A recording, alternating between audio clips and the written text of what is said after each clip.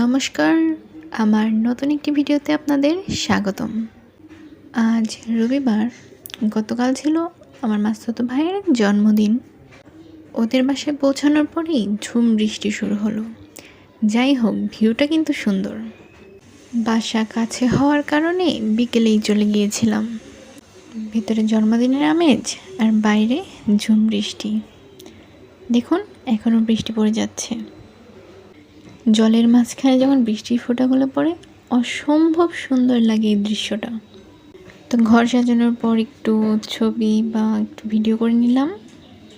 আর যে দুই পাশে দুইটা, একটা হলো গোপাল, একটা তন্নি। এই যে জন্মদিনের কেক।